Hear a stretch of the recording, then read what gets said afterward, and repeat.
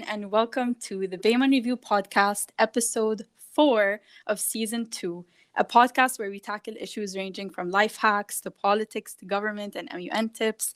And in today's episode, I'm very honored to have Danielle Hatem with us here, known as Dida's Business on Instagram. And we have our very own Tala Abdul Samad. She's the co-director of Faculty and Delegate Relations. And I'm going to actually leave the floor to Danielle to introduce herself first before I do. And this is actually a very interesting podcast where we're going to tackle a lot of issues regarding what's going on in Lebanon, economically and politically. So the floor is yours, Danielle. Hello, how are you, ladies? Thank you for hosting me today. I'm very glad to be with you on this podcast, to be able to tell you more about myself, to discuss a bit the economic and political situation in Lebanon, and so we can have a very fruitful talk. If I want to introduce myself to the crowd, so actually I'm Danielle Hatem. I'm the founder of Dida's Business. It's a page on Instagram where I share on a daily basis the news about what's happening around the world and in Lebanon in particular. I try to make them easy, straightforward, appealing to everyone, for everyone to be able to understand easily what's happening around them. I started this page maybe like 3 years ago, and now with the Saudi and everything going on, the economic crisis, it's like starting to become more of a hit lately because people need to understand what's happening. To tell you more about my background, I'm an AUB graduate, so I have a bachelor degree in economics. Then I did my master's in finance at Warwick in London.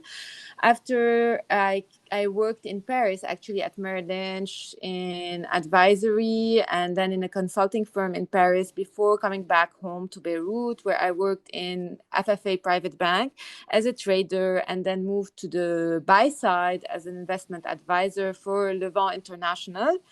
And then I decided to do another master's in finance, an executive master's in finance at HEC Paris. So I went for a year where I started in parallel my page on social media. So that's how I got here, and we'll discuss more. Whatever you have questions, feel free. Okay, thank you so much, Danielle. Smallah, I love your resume. I love that you listed all your amazing achievements. You're definitely someone everyone can look up to. And I know for a fact that Tala is very excited to have you. She's the reason why we have you here today. So Tala, if you want to introduce yourself for the second time on our podcast, you're more than free to. Yes, of course. Hi, everyone. It feels so good to be back at the Beymun Review. And I'm Tala Abdul Samad, a senior economics student at AUB. Honored to be recording a podcast with you and Danielle Hatem, or what you know as Dida's Business. I think she made our life easier these past 2 years, making all the economic terms and political situation in an easier way to like grasp it in a better way. So thank you for that. And yes, I'm honored again. Thank you, Tala. And as for me, my name is Haya. I'm your host for the Beymun Review, and I'm this year's Undersecretary General of Marketing, Design, and Production. And I'm actually just going to delve into the conversation because we're all excited to know and hear what Danielle has to say about what's going on today.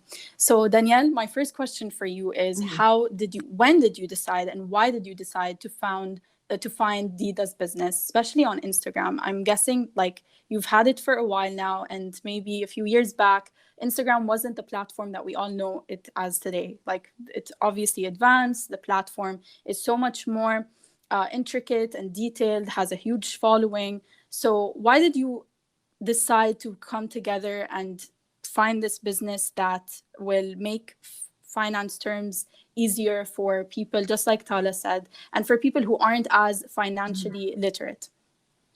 Listen, when I started back in 2017, there was mainly no business page on Instagram. Really, you had few pages talking maybe about finance or business, and of course not in Lebanon. So it was a big challenge. I thought there was a gap on social media because everyone was tackling everything related to the appearance. So they were tackling physical appearance from fashion, fitness, and food. So I thought, okay, guys, there's a gap to fill in there, and there's place for some more brainy content. It has to be done, but in an attractive way. And that's what I thought, okay, let's do business 101 if you want. Like economics 101, it's business 101 on the page on Instagram. It was all about trial and error.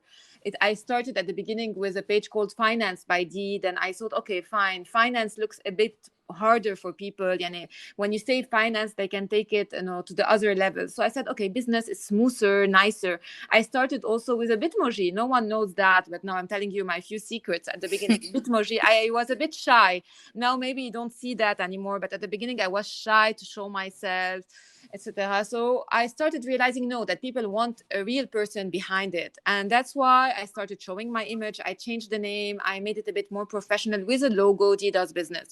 So that's how I started. It started a bit educational at the beginning, sharing info about the world, raising awareness about what was happening around us. But then the economic crisis started to loom, back in 2018, 2019.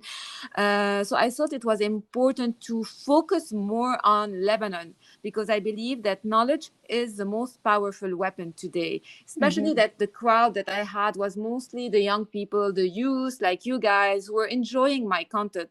So I said, okay, sharing knowledge can be contagious, it can spread, it can go viral on social media for the message to be heard out loud, because they have to understand what's happening, what's the reality behind those numbers. I try to stay as objective as possible, sharing numbers, showing exactly what's happening, and trying to put the source whenever I come up with a number. So as I said in the beginning, it was about education, a bit general, and then I focused a lot on Lebanon, because I believe that if I can impact as little as maybe 1% of people on my page, I would have contributed to change in my country, as little as it gets. That's beautiful, actually. And I totally agree with you about what you said, like that knowledge is power, and knowledge is the weapon that we all need today, especially in a time when we are exposed, maybe overexposed to headlines after headline, and it's become so overwhelming. And that's what we're trying to do at Beymun. We're trying to create an intellectual platform. So I definitely love the mission that you're going with on your own page. And actually, my next question is for Tala. So Tala, from your perspective, how important was it for you to become financially literate, especially and learn from a person like Danielle, who was trying to I would say democratize the financial industry and make it easier for people like us, our age, who are still trying to get into that world? Yes, definitely.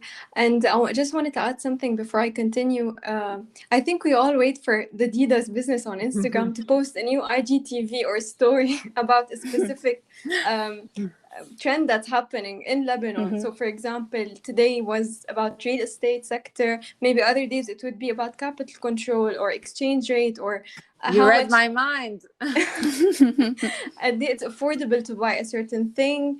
In Ramadan, for example. So she always has these new topics that are trendy in Lebanon, and not all people can understand from what's written in the news and the articles, or other economists, what they post, or the articles that they write about. I think also the numbers, as Ms. Danielle said, the numbers make it complicated for people to be able to comprehend what's happening in the business field.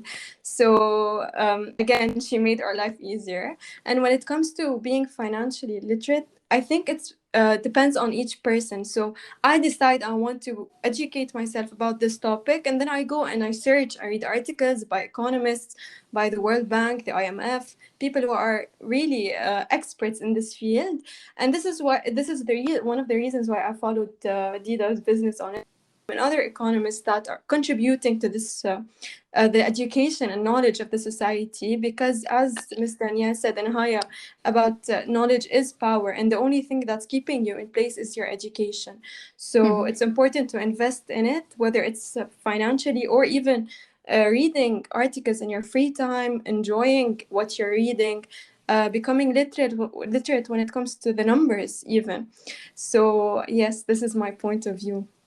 Okay, and thank you, also beware of fake news. And anyway, it's important to be aware of that. Yes, exactly. Danielle, my next question is about being a woman in business. And we know that there's an obvious level of discrimination that all women in business must face, because there isn't really a place for us just yet. We're trying to make our place, but obviously we're fighting against a patriarchal society that resists having women in such an industry because they know our potential. So when you first started, did you face any discrimination? To tell you the truth, I believe that it is less dominated by men as of today. You can see today women shining in the Arab world. They have high-ranked positions, women ministers, women deputies, women CEOs occupying high positions in Lebanon and elsewhere in the Middle East also. It is not really common, but it is not rare anymore. Exactly. Now, again, you have to let your work speak for itself. You have to be strong. You don't have to be intimidated because they will try to intimidate you, especially if you work in fields like engineer, finance, scientists, because usually they used to think in the past that these fields are specifically for men. And women would go more into the fashion, fitness, etc., other section. But no, this mentality is changing. It's taking some time, but it is changing. And I believe that social media is playing a good role in sharing awareness about this topic. Now, to be honest, about my own experience, it takes more time. Why that? Because being a girl talking about economics on social media at the beginning wasn't really appealing, in a sense that who is she and why is she talking about economics? من وين جاية? From where does she come? Okay, she has double masters in finance, and so what? Usually it's a field where you have more men speaking out loud, talking about their opinions, they are more opinionated, etc. But what I did is double the effort to gain the trust of my audience. It took time. Maybe if it was a man, it would take him 1 year to make a big name. It took me 3 years, but it's fine. I got where I wanted to get. Now, a kid, I still didn't reach the level I want to. I always aim for more and more, and this is what we should always keep as women in mind. Definitely. But again, the efforts paid off at the end. As I said, you have to double the effort. You have to be patience and perseverance, and let your work speak for itself. Now, as a woman, it is a double effort, true, but my struggle, the biggest struggle, to be honest, was me being able to juggle between work and my kids. I've spent the past 2 years pregnant with the first kid, pregnant with the second kid, and always feeling bad that I don't have enough time to spend with my kids because I'm doing this page on social media, and it became a part of me. But at the end, I realized that they are proud of who their mom is. They'll be proud of me later on. So I want to share this image, and I want them to understand, because I have 2 boys, to understand since they're young that women work. Women are equal to men, and mom can work at the same time. She can be a good mom, so they can respect ladies later on. This is how you change the mentality in a society. You raise good men accordingly. I love that. this. I love it. Like, I really have no words. I'm just smiling as she's speaking. Yes. Because this is exactly what we need to hear, especially for young women like me and Tala, who are, one day, inshallah, we might start our own family, and we need to understand that it is up to us to raise the next generation to be equipped and ready to take on such responsibilities. Now, Danielle, if you want, we can shift to the juicier questions about what's going on in Lebanon. And obviously, the news, it's just so overwhelming and too saturated. Obviously, we can't make sense of everything that's going on because every day there's something new that happens that we need to try and decode and demystify. So can you tell us a bit about what's been going on in Lebanon from your perspective, economically, politically, whichever side you want to take on first, and try and make it make sense for people like us? This is the exciting part. I can't wait. Yeah. Listen, what's been going on? We have every day something new. Today, they have a new draft capital control law that's been out. I was just reading it before coming into this podcast with you. And everything they do, it's like they just come up with great titles, with great objectives, and then they do nothing. Forensic audit, we don't know what's happening. Capital control, it's been more than a year and a half and still no capital control. The high wasta people are being able to transfer their money abroad. You have poverty increasing more than 50%. 50%, you have more than 40% unemployment. Among the youth, the unemployment is increasing dramatically. On top of that, you have the COVID crisis that's alarming and that's stressing everyone. And the most crucial and important thing is the brain drain that we are witnessing. And doctors are fleeing the education sector, the good teachers are leaving the countries. So we are left with a disaster. And the problem is that no one out there is doing anything about it. I'm trying through my page to share awareness, to shed light on the important issues. And yet I feel that I'm talking to the مثل ما بيقولوا بالعربي بحكي مع الحيط. And no one is listening. And I'm talking about the politicians. No one's listening. And there are still some people, unfortunately, who follow their leaders blindly, despite all the misery that's going around. I know that the youth are more aware lately. They're more aware.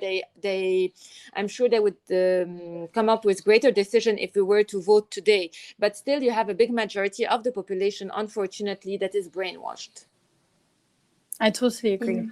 And what kind of advice do you have for the youth who are graduating this year? And I know that the majority want to leave the country. No one's looking for a job in Lebanon because there aren't any job opportunities that meet our expectations or can meet our needs in any way. So do you advise them to establish their own company? Do you advise them to establish their own Instagram page and work on their own, or just leave? Today, I know that most of the youth, because a lot of them reach out to me on Instagram, most of them are depressed. They don't see a way out. They are afraid about their future.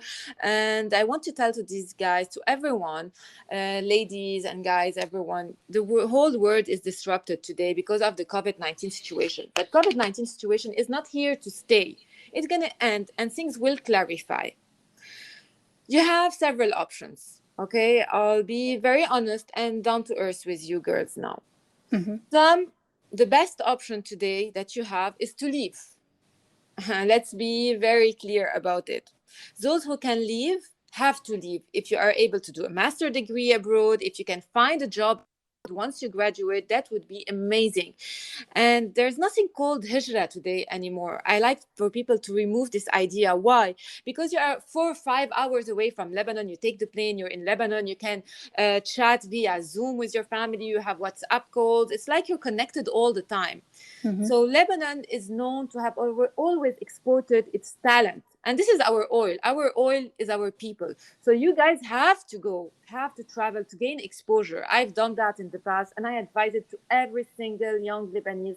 If he has the opportunity and he has the means to travel, let him go for few years. But the only thing that you should always keep in mind, remember your way back to the country, because nothing feels better than home. Okay, this is the ideal scenario, is to travel, earn fresh dollars, send back some money for the family, and that's it. هلا أكيد في the other option, the people who cannot travel, who cannot afford to travel. Ideally, they can they could find a job that provides fresh dollar working from here. It would be ideal. And you know what? The current situation, the COVID situation, allowed freelancing work to happen, which means that today you can get a job and work Zoom calls, work from home. The idea of working from home facilitated a lot, jobs with companies from abroad. So you can earn fresh dollars and be working from home, sitting comfortably from your place. And you know that if you earn a fresh dollar salary, your purchasing power in Lebanon is much higher today. So this is the second ideal scenario. Now, for the people who can't find such type of jobs, I would say that you need your ego to take a bit ينزل شوية الego تبعكم. ليه؟ لأنه you can't think anymore in terms of dollars. You need to remove dollarization from your mind, and you have to think in terms of lira. What's good enough for you to be able to have a decent lifestyle today? And then you can climb the ladder one step at a time, but you have to start somewhere. You cannot just sit back and nag. And also, we have to remember one thing, is that today Lebanon was fully reliant on imports. And that was a big part of our issue in Lebanon when we look at the economic crisis, and we import almost everything. So if you stay in Lebanon, think of part-time things that you can do. What I mean by part-time businesses, I mean you should look at a niche that will be missing, because a lot of items will be missing in the market today. So you have to be smart enough to find the gap and fill that gap. Like, for example, غندور, they replaced a lot of chocolate brands that we used to find. هلا بيتمسخروا شوي انه ما عندنا نيوتيلا, عندنا شيء اسمه مستلا, ما بعرف شو اسمه, but it's fine. People will have to adapt. Before يعني it was more expensive to produce locally. Now it's not the case anymore. لانه the international brands are not competitive compared to Lebanon anymore, and you don't have the same purchasing power. هلا في كتير ناس رح يقولوا لي but we need raw material. It's not true. No, at least if you think raw material, you are not importing the whole end product. You'll be importing maybe a part of it and producing locally, and you'll be employing local labor force, which will be participating actively in the economy in Lebanon. So هول الادفايس تبعولي يعني don't give up hope. اكيد مثل ما قلت لك يعني بلشت باحسن case scenario, worst case scenario. Even the worst case scenario, you can manage your way out of this crisis if you're smart enough and if you have the will to do so. I totally agree with you. I love your advice. It's so true. Yeah, exactly. I agree with Talo. I And just I try to go stay ahead, as objective as possible while saying the truth as it is. Yes. And going back even to the way you highlight some specific like solutions, going back to the previous question, it's about the solution is there. Like as you mentioned today in your story, I just read it before we came in, that the solution is there. We need a negotiation with the IMF. We need proper reforms, proper structural reforms, plans, even regulations to implement in Lebanon, and then it would be fine. And also I wanted to highlight something, that Lebanon is a relatively small country, so the recovery of this country won't take like a deal or a plan that other countries maybe a bit bigger that affect the regional countries as well. So the Lebanese crisis didn't affect the region as much as other countries would affect it. So I think the recovery would be a little bit smaller. It doesn't need that much. And I don't know why we're taking so much to have this negotiation done, and people becoming aware that we need to have it done as soon as possible. And as one of the professors at the World Bank just mentioned yesterday, when it comes to retaining the human capital, the talent, we need this. We need people to go outside to get the money back. That's how Lebanon has been living the past 20 to 30 years. People would go after university, continue their masters, as Ms. Danielle just mentioned, and then come back maybe 10, 20, 30 years later with their money, maybe when they're 40, 50 years old, and then they build their houses here, invest a bit. So this is part of the investment. This is part of how Lebanon has been financing its debt the whole time. And yes, as Ms. Danielle mentioned as well, we rely on exports a lot, imports. So imports. So this is like contributing to the public debt, to this trade deficit a lot. So I think we should get our way out of this in a way that's not really challenging, but if people became aware of the consequences that we are living and we are witnessing right now, they would be more this excitement, but in a way that's a bit knowledgeable at the same time. So yes, it is important. If you want, I can talk a bit about how to get out of this crisis, even though we please all do. know. This is actually my next question. Okay, so because she was telling about, yes, it's a small country, it's true, but you have a lot of foreign interference in our country that is stopping it. It's very political. It's economically speaking, it is very easy. So many experts have spoken about it, and I've spoken several times on my page about what are the solutions. I'm going to tell you now a bit globally how I see it, how I see the picture, but of course you cannot disregard politics in a small country such as Lebanon, with so many nice neighbors around us. Let's say it. Anyway, I do believe in terms of solutions, I do believe that monetary stability, despite its importance on our economy and social conditions, will come last. By monetary policy stability, I mean, just because we always talk about the banking sector and we focus a lot on it. This is, of course, something we should focus on, but it should come along with other reforms. Okay, you should adjust the whole picture together at the same time in order to come out of this crisis. The key word here today is confidence. And this is the only way we can start gaining back the value of our Lebanese pound. And any decision and action that strives to solve the monetary crisis independently, alone, without looking at other problems, will only be a temporary solution and will only have a minimal temporary impact. Okay, so you cannot solve one issue. يعني أنا اليوم إذا بدي أحل الكهرباء, if I want to solve the issue of the electricity alone, even it cannot work. You have to work on different sectors, and I'm gonna list them. So first, we need to end this political deadlock. How do we end it? We form a government of independent technocrats who can earn the support of the international community, and we start communication with the IMF because we need a deal with the IMF. We need fresh dollars to come into the country.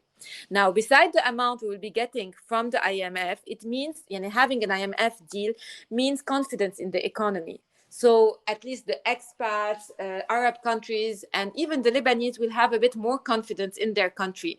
And this is the main reason why today it is so important to have an IMF program. This will also unlock Cedr money and Arabs' interest in our country, which is much needed today. Now, what I mean by implementing reform is, first point, solve EDL problem. We all know that EDL costs us yearly between $1 to $2 billion. So less demand for you. This would mean less demand for USD and less pressure on the Lebanese pound. Second thing we should do is improve the country's infrastructure, which encourages businesses to come to the country. This means more dollar inflows and more local production, which lowers our demand for imported products or increases exports of Lebanese products, a source of hard currency today. You know, hard currency, when I say hard currency, it means the dollar, right? Yes. Okay.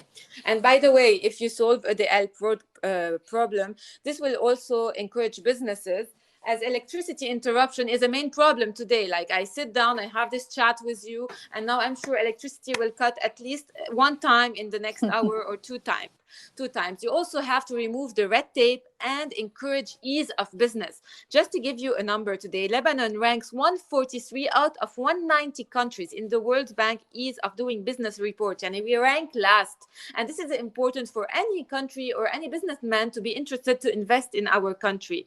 We need to enable a better business environment to support Lebanese innovators and entrepreneurs. Number three, it's very important to reduce the public sector employees, which represent a heavy burden on the government budget every year. And this would mean less printing of money. So indirectly, it will affect positively the exchange rate. Number four is to conduct a forensic audit and agree sector's losses, restructure it to restore confidence in the financial system. I know it's hard, it's painful, especially for the depositors, but at least you will be building again a solid banking system and things will improve over time. Number five, you have to reach an agreement with the holders of the Eurobonds, of course. And number six, most importantly, take action quickly to avoid the brain drain we are witnessing. And this will worsen things. Who will be left to rebuild the economy? No one will be left as long as they do nothing. They just lirify our deposits the way they are doing it, and lirify and spend our deposits on subsidies as they are doing today with no plan in sight, means more and more people will be leaving the country, fleeing the country, and no one will be left to rebuild the economy, unfortunately. And let's be here realistic. We have the problem of Hezbollah that needs to be solved. Otherwise, it will keep popping every now and then, and this will affect business, tourism, and everything else. So we need to have confidence in the system again. We need political stability, security. Otherwise, things will keep on getting worse. I think there's something very important that you mentioned, which is taking action. I think these solutions highlighted them very well, and we needed this highlight of very important, like 5 pillars to the economy. At the same time, we see people talking about these solutions here and there, but no action being taken. And this word action is the most important thing. Like whenever you do something, whether it's in the economy, in finance, or even in your daily life, action is very important. So when you ignore it or deny that we need to do such reforms, such solutions to revive this economy that's been draining for the past 20 years, maybe we can't have a clear solution, a clear long-term solution that could feed its growth. And also something highlighting on the points you mentioned, such as infrastructure, exchange rate, monetary, fiscal reforms, and all that. I think infrastructure is also one of the most important factors, if we can talk about it. It's about having physical capital that also contributes to the growth of the economy. So these pillars that you just mentioned are really what the IMF defines as its main program. So we really need it. We really need to attach ourselves to this and become aware that without these pillars, without these reforms, programs that we need to implement, we can't have a clear solution and precise. And when it comes to exchange rate, and I was just discussing it with Ms. Danielle before, I wanted to take your opinion if you think that it's better to have a dollarized economy or a floating currency exchange rate. I think that you cannot have a floating currency before at least having a deal with the IMF, putting the economy on the right track, and then you can float it. Because today, as we are going, there's a lot of uncertainties and a lot of political instability, and you need a bit some stability to keep it floating. Mm. Yes, that's so true, because a lot of people have been debating lately whether we should dollarize it completely, and some people are with, some people are against, and we see these people trying to convince us that yes, this is the solution. And you mentioned it before we even started, it's the fake news, the rumors that we listen to, and to people who don't understand such terms or such like topics that are maybe complicated to them, they would actually believe such stuff. So it's important to have like someone like you to explain it in a very in an easy way, simple, to be able to like people become aware of what's happening around us and what's true, what's not. So yes, social media has a really big influence on us, and having people that actually influence you is equally important. So yes. Exactly, Tola. I couldn't agree more. Danielle, did you want to add anything? No, I wanted to say, Tala, thank you so much for all the credit that you're giving me. I feel really honored by such compliments and so happy that you like and you trust my info and what I'm sharing on social media. Most importantly, I enjoy that when the youth trust me. This is this is something that marks me a lot. We need more people like you, Danielle, in the social media space, obviously, to fight the fake news that we are constantly exposed to and educate us and make us more aware about what's going on. And this is exactly what you did in this podcast. So I want to thank you so much for joining us. And I want to thank Tala for joining us as well and for asking the right questions. Well. And I think also our takeaway from this podcast is that knowledge is power, taking action is important. So we really learned a lot from this podcast. And thank you again, Ms. Danielle. It's our honor and our pleasure, actually. And you can follow Danielle on her Instagram and Adidas Business. And I'm going to leave the floor to her if you have any final comments to make.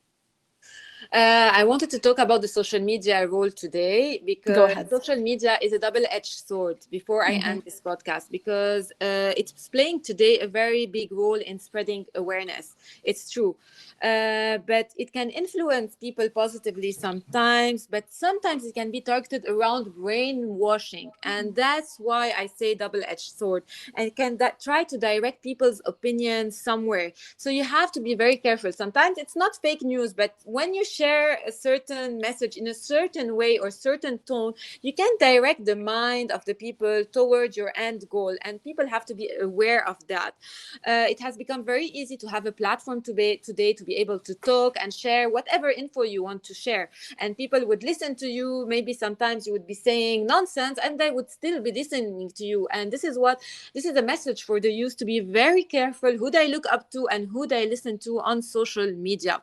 I try personally to to stay as objective as possible on my platform, to share news with sources, references. Even sometimes it's hard to remain objective personally, because everything they do, the people in power, is contradictory, and you feel the need sometimes just to share some aggressiveness. But I try to control myself, because when I look up at other people, I don't like the aggressiveness and the tone they share. It's true that you can't be objective when you are in the 21st century and you don't have 24-hour electricity. We can't be objective when there is drugs being smuggled to Saudi Arabia from Lebanon. You can't be objective when they stole your deposits. You can't be objective when more than 5,000 people are injured from the Beirut blast, more than 200 people are dead, and still no accountability. But despite all of this, I try to control my emotions and share objective news. So that's why I'm calling to all the youth today to be careful who they listen to and what they share, even if they have their own platform. Please be careful. We don't want to spread more hate around, because if we do so, we'll be, if you want, separating the community we live in more and more, and creating more divisions within our community. And that was an important point I wanted to highlight. That's an Thank you amazing so advice. much. Thank you. And I totally agree. Like, we've talked about this before on the podcast, how social media can be a double-edged sword, and it is. And we have to be wary of who we're following, who we listen to, and whose advice we take. So once again, I would like to reiterate that if you want all of this advice and more, please follow Danielle on her Instagram, on her business account, Dida's Business, and you can follow us at Beymun Conference, MUN Conference. And if you are interested in joining MUN this year, you can register and pay by May 9. All the details are on our Instagram, so you can ask us any questions you have there. And once again, I want to thank Danielle for joining us, and Tala as well. It's been a pleasure. We hope that we can host you once again later on. So thank you, Danielle, for your time. And again, thank you for listening, guys. Have a great day. Thank you, ladies. I'm honored. Have a nice day. You too. Bye. Bye.